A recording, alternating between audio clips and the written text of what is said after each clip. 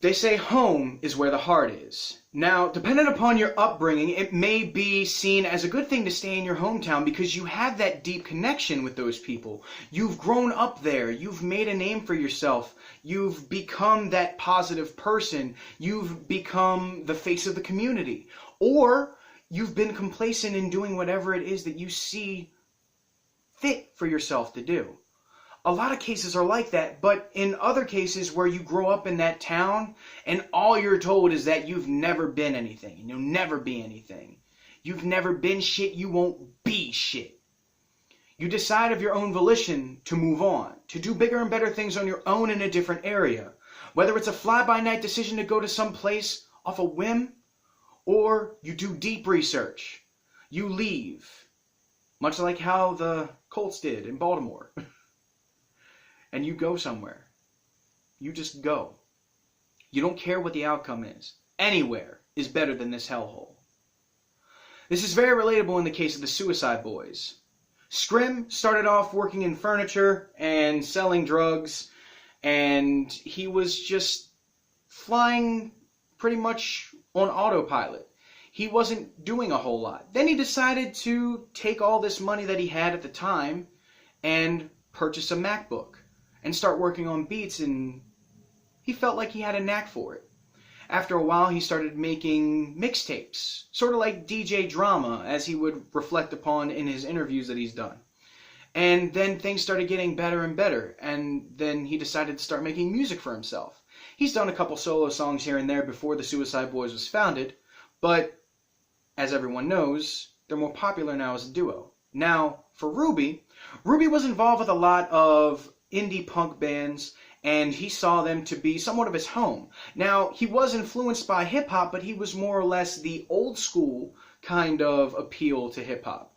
Although he did have some kind of new school influence when Scrim had shown him some Lil Wayne stuff. But as time had gone by, he saw that all the bands that he was involved with were failing. And no one wanted to do anything seriously. He was the only one that took this stuff to heart. He wanted to make music because it was in his heart. It was his soul. Now, fast forward to now, the Suicideboys have put out multiple projects, some of which spanning to 20 different volumes. The Kill Yourself series has gotten to 20 volumes. And there have been multiple trio mixtapes with Black Smurf and Germ, and even some with Ramirez, their co-label member. And it's amazing. These guys have done so much music in the past, I'm willing to imagine it's 6 years now, maybe 7 almost. It's crazy. These guys have done so much in such a short amount of time. There are so many artists out there that would beg to have the catalog that they have. And the fan base. They've gone around the world twice, and they've sold out shows both times. This album is a dedication to their home. It was originally something of a sarcastic look of what it would be like to never be in their home again. They used to see this outlet of making music and going on tour as their way out of the hellhole. But little did they know that the simplicity of life inside of their town would be what they wanted all along. They just want the simplicity of making music and being free in the process. But now that they've exposed themselves and they've become phenoms, underground gods, for example, they themselves can never escape it. It's very difficult. I Want to Die in New Orleans, which was originally titled I Don't Want to Die in New Orleans. But due to circumstances of them losing friends and seeing that the scene has definitely turned itself upside down, they saw it to benefit them by switching the title. And I think that worked perfectly. Now, as you can see by my shirt, I pre-ordered the album. I've been following these guys for the past 2 years, and honestly, they're the most interesting duo that I've ever come across, and they're definitely one of my favorite artists. And I enjoy the hell out of this. I've listened to this thing countless times, and it's such a long amount of time for them. 14 tracks to me is forever for them, because it seems like the completion of this album, they have a lot to say, and they do. They want to talk about all the ups and downs. Now, starting off with King Tulip, This is basically their calling card of, we're here. We're producing the album and we're sending it out to you guys. But we want to let you know of all the things that happened to us in the process. It's never been pretty. The only time it was pretty is when we started to blow up. Now things aren't that great anymore. But we want to maintain that greatness. They still have flashes of that happiness. They just completed their tour yesterday, as the recording of this video has happened. It was yesterday. Now, they loved it. They loved going on tour for the album. They had pop-up shops for the album everywhere. It was probably 6 or 7 states. I think 2 of them were in New Orleans. I don't remember off the top of my head. But these guys did everything. They had pop-up shops. They had tours. They had intricate, small venues to make the shows more personal for the fans. That's so beautiful when you think about it. Because you want it to be an intimate setting for your fans, and you want them to know that although it is a finite amount of people, you're there. You're there to experience it, what it's like with the family that you've gained. At least that's how Ruby and Scrim see it. They see the fans as family, and that's great. Now, as the album goes on, it talks about the ups and downs of fame, but there are so many things that these guys have touched on. They talk about how their heroes are no longer here anymore, like on nicotine patches. They talk about how, although they used to live in New Orleans and operate there, they would drive to LA. Drive from New Orleans. And they would stay at Fat Nick's house. And the fact that they actually had to do that, it shows how dedicated they are to their craft. It shows how amazing and what they want as an impact on the industry. Granted, they have definitely had their vices. They have become addicted. They have come to the point where they had rehab. Scrim and Ruby both have become sober for the most part. And it's amazing to know that they still want to be involved with the music. They just see that it's a little bit of a burden with the way that people are acting. If you find out about an artist and you see them evolve, evolution is the most important thing when it comes to music. Evolution is a beautiful thing. Evolution is amazing. There have been so many artists that have changed their styles over the years, and they have garnered fans from it. They've gotten so many people, and then there are other artists that just lost them as soon as it happened. Why? Because it doesn't sound like the same thing that they did. This entire album sounds like it was ripped out of something they had from the beginning, middle, and now. It's all an amalgam of what they've been doing. As the album goes on, I would have to say one of my favorite songs is Phantom Menace. And Phantom Menace talks about what it was like for them to drive from Louisiana to LA. And that's a totally harrowing experience to think that if you go through all this trouble and then all of a sudden one day things just don't work out, like, that's a huge what if, but that's something you have to think about. And another one of my favorites is one of the lead singles, Meet Mr. Nice Guy. And the hook on there is done by Scrim. Scrim, I don't know what kind of inspiration you got for the singing hooks that you've done on this record, but dude, keep doing it, because the hooks that you've done on here are amazing. Same thing with you, Ruby. You guys are massively talented. And if you guys see this video by an off chance, I am floored with this record. The other lead single, the one that was actually the starting single for this album, is Carrollton.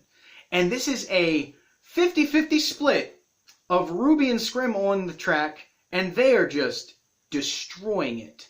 They're showing that although there are so many connections with them being influenced by 3 6 Mafia, at least in their sound, and then they have the old school and the new school appeal, they can still stand with some of these guys that are coming out now that are seen as some of the greatest.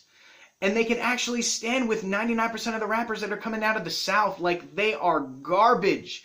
These guys are killing it. These guys can fluctuate between their vocal range while they're rapping without hesitation and still lyrically destroy the track. It's not about profound metaphors. It's not about having that Kendrick Lamar approach. Can you get on the track and make it sound good? Okay. Can you get on the track and write something to make the crowd go insane? Can you do that for one song? Can you do that for one part and another part? Or can you do it everywhere, every song, catching everyone's attention, regardless of what you write? That's what they do. They capture your attention. They make sure they hold it until the very end. The very last song on here is the fourth installment to their I No Longer Fear the Razor in My Heel series. And the very last song, of which I do not know the title, unfortunately, I wish I did. It starts off with Ruby saying, and for my last trick, I don't feel I'm cut out for this rap shit. After listening to the album and seeing that all the things that have impacted their style, impacted their fan base, impacted themselves, their mental status is definitely shattered from all the things that they've done and all the things that they've realized that they've done. It's just the pure impact of everything that makes it so scary for them. And Scrim says, although everything's happened, it still feels like we're losing. You've done all this creation, you've made all this music, you've had all these fans, you've made all this money. But there still feels like there's something missing there. And I think that's one thing that they can iron out as they continue to make more music. It's not the money. It's never about the money. It shouldn't be about the money. It should be about connecting with your fans, helping them get through a tough time, or helping them enjoy their life a little bit. There are a few songs on here that I really enjoy, but they talk about some really dark shit. And that helps me put some things into perspective. There may be something that's going on with me, but I can always get through it. And that's, although their name is so dark, and although they talk about some very negative things, it's almost like a Greek tragedy. There are things that are seen to be so negative, but there have been so many positive things that come from it. They've helped a lot of people get sober. They've helped a lot of people find their music and see that they're actually an influential duo. They've met their heroes, some of which turned out to be a little bit negative towards them, unfortunately, DJ Paul. But they've had a lot of connections with Juicy J and Project Pat. Their music has reached millions of people. They've done what they were afraid they wouldn't do. They made it, but at what cost? Like I said in the beginning, home is where the heart is.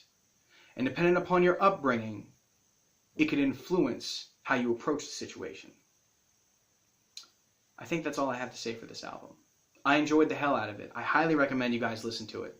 Now, I don't want to jump the gun and say, actually, no, I do. This is one of the best albums this year. There have been a lot of albums that have tackled mental issues and tackled addiction, but this one definitely sees it to a bigger extent. It's not like King Iso with dementia, seeing that you have all these things and you've literally had your memory wiped. It's more or less of how fame can damn near kill you, and how this is a warning for other artists that are starting to gather shine, starting to gather some money, seeing all those good things. It's not always the glitter and gold. Try and maintain yourself in the process, because if you don't, once you lose it, you'll never be able to get it back. This album's definitely one of the best that have dropped this year. No cap. At all. Now, next week, I'm going to be reviewing the Matty Rich mixtape, Rich, Rude, and Reckless 2. I really hope you guys have a fantastic weekend. I know I will. Stay selfish. Listen to the Suicideboys record. Have fun. Peace.